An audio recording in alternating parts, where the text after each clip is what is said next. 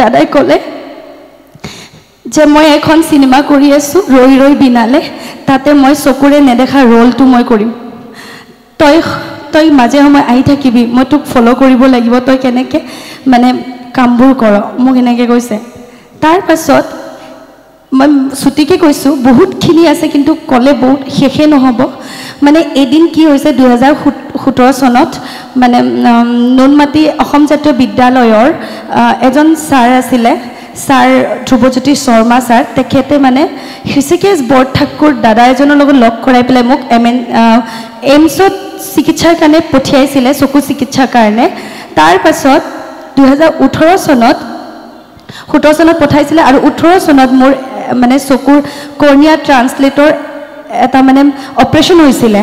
তাৰ পাছত অপাৰেশ্যনৰ পিছত সেই মানুহগৰাকীয়ে মোৰ ফোনটো উঠোৱা নাই আৰু লগাও নাই হয়তো কিবা এটা প্ৰব্লেমৰ কাৰণে ফোনটো নালাগিবও পাৰে তেতিয়া মই মানে উপায়হীন হৈ দাদাক কল কৰিছিলোঁ জুবিন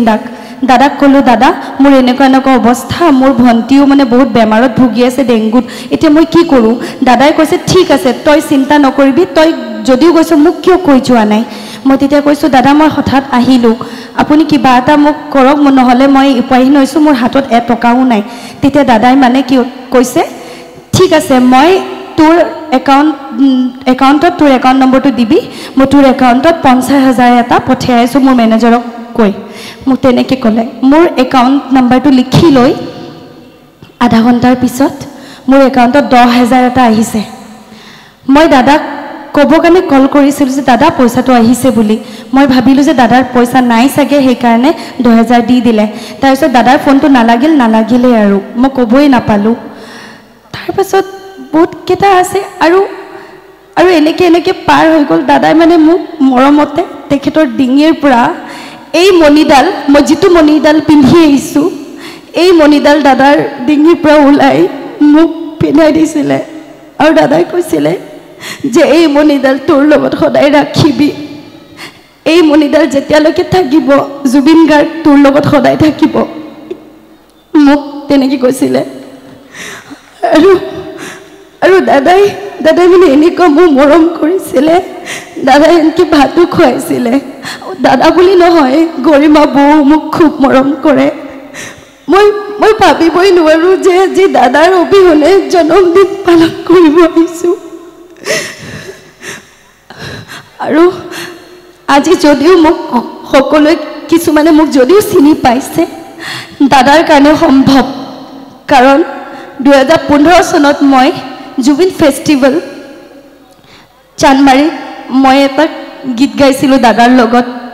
তো তেতিয়াৰ পৰা মোক মানুহে মৰম দি আছে তেতিয়াৰ পৰা মোক খুব মৰম কৰে আৰু ইয়াতে মোৰ চিনাকি আছে দিগন্ত ভাৰতী দা তেখেতে মোক কিছু গায়িকীও শিকাইছে মই যেহেতু নেদেখোঁ আহিব কেতিয়াবা মানে নিমিলে সেইকাৰণে দাদা তাত অহাটো নহয় আৰু কিন্তু কিছু শিকাইছে মোক আৰু মোক দেৱজিৎ দায়ে কল কৰি ইয়ালৈ মাতিছে ইমান ডাঙৰ প্ৰফেশ্যনৰ মাজত মোক যে মাতিলে সেয়ে মোৰ আচৰিত কিন্তু মইতো একোৱেই নাজানো ক'বলৈ গ'লে মই শূন্য পথতহে থিয় হৈ আছোঁ মই একোৱেই নাজানো তথাপিও মই এটি গীত গাবলৈ লৈছোঁ সেই গীতটি যেতিয়া ৰিলিজ হৈছিলে জুবিন দাই মোক নিজে এই ৰিলিজ হোৱা দিনা মোক লৈ আহিছিলে তো কিবা যদি ভুল ভ্ৰান্তি থাকে আপোনালোকে মোক ক্ষমা কৰি দিব ধন্যবাদ